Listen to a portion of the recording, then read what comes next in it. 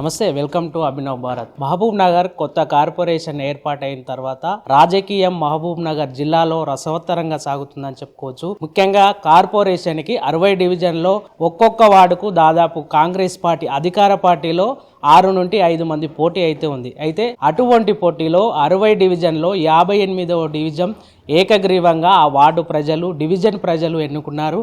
అయితే ఈ పోటీతత్వంలో అది కూడా అధికార పార్టీలో ఏకగ్రీవం కావడం అనేది అది అవివేకంగా చూడవచ్చు. ముఖ్యంగా ప్రజలకు సంబంధించి అదేవిధంగా వార్డుకు సంబంధించి ఏకగ్రీవంగా ఉన్నటువంటి కార్పొరేటర్ రమాదేవి గారు ప్రస్తుతం మన దగ్గర ఉన్నారు. మాట్లాడదాం. Madam, congratulations.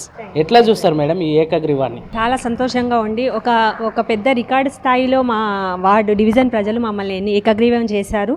ఇన్నేళ్ల నుంచి మేము వాళ్ళకి చేసిన ఏదైనా సేవ ఉందో వాటిని దృష్టిలో పెట్టుకొని ఇకపై కూడా ఏమైనా సమస్యలు ఉంటే చేస్తారనే అభిప్రాయంతో మమ్మల్ని ఏకగ్రీవంగా ఎన్నుకున్నందుకు డివిజన్ ప్రజలందరికీ, పార్టీ పెద్దలందరికీ కృతజ్ఞులుగా ఉంటామండి. సో మీరు ముఖ్యంగా ఏకగ్రీవం అయింది అధికార పార్టీ నుండి.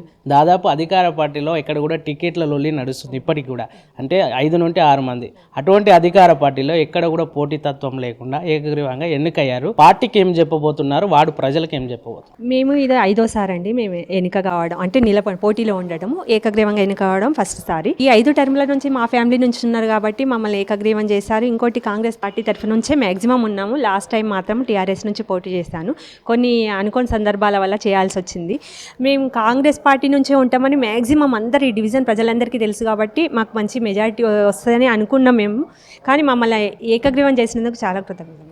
సో 5 టర్ములుగా ఫ్యామిలీకి సంబంధించి అందరు కూడా రాజకీయంగా ఉన్నారు.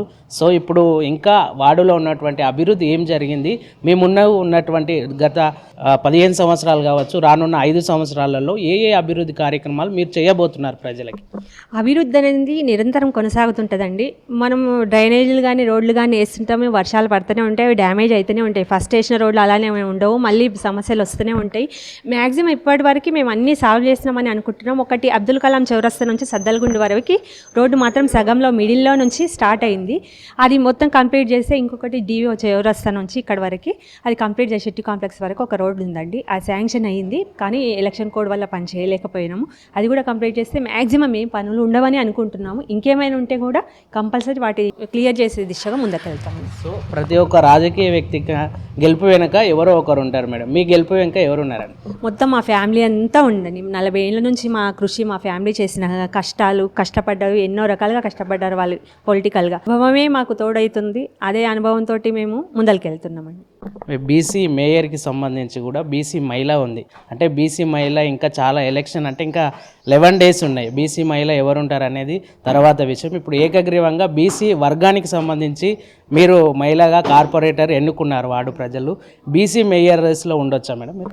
అదంతా మొత్తం పార్టీ అధిష్టానం నిర్ణయం తీసుకుంటుందంటే ఇంకా ఎలక్షన్ కూడా కాలే కాబట్టి మనం ఏ నిర్ణయానికి రావద్దు. ఇప్పుడే మొత్తం పార్టీ పెద్దలు చూసుకుంటారు. సో పార్టీ అధిష్టానం ఏమైనా అవకాశం అంగీకరిస్తామని ఏమైనా హామీ ఇచ్చిందా మేడం పార్టీకి? అట్లాంటిది ఏమి ఎవరికి ఇవ్వలేదండి ఇప్పటి వరకు కూడా. 58వ డివిజన్లో గత 15 సంవత్సరాలు కూడా మా కుటుంబానికి సంబంధించిన వారు అనేక అభివృద్ధి కార్యక్రమాలు వార్డులో జరిపారు. ఆ యొక్క మద్దతుతోటే వార్డులో ఉన్నటువంటి డివిజన్లో ఉన్నటువంటి ప్రజలు తమకు మద్దతు తెప్పి ఏకగ్రీవంగా ఎన్నుకున్నారు. అయితే ఏకగ్రీవంగా ఎన్నుకోవడమే ఒక బాధ్యతగా చూశాను కాబట్టి ఇంకా రానున్న 5 సంవత్సరాలు తమ పదవి ఎలా పనిచేస్తుంది, అభివృద్ధి కార్యక్రమాలు ఎలా ఉంటాయని చెప్పేసి రానున్న 5 సంవత్సరాలలో ఉండబోతుంది. అదేవిధంగా మహబూబ్ నగర్ కార్పొరేషన్కి సంబంధించి మేయర్ కూడా బీసీ మహిళ కావడంతో తమకు అవకాశం వస్తుందా అనే ఊహలో కూడా పార్టీ అధిష్టానం చూడబోతుందని చెప్పేసి వారు తెలిపినటువంటి పరిస్థితి కనబడుతుంది. ఇది ఇక్కడ తాజా పరిస్థితి. కెమెరా పర్సన్ గణేష్తో చందు, అభినవ్ భారత్, మహబూబ్ నగర్.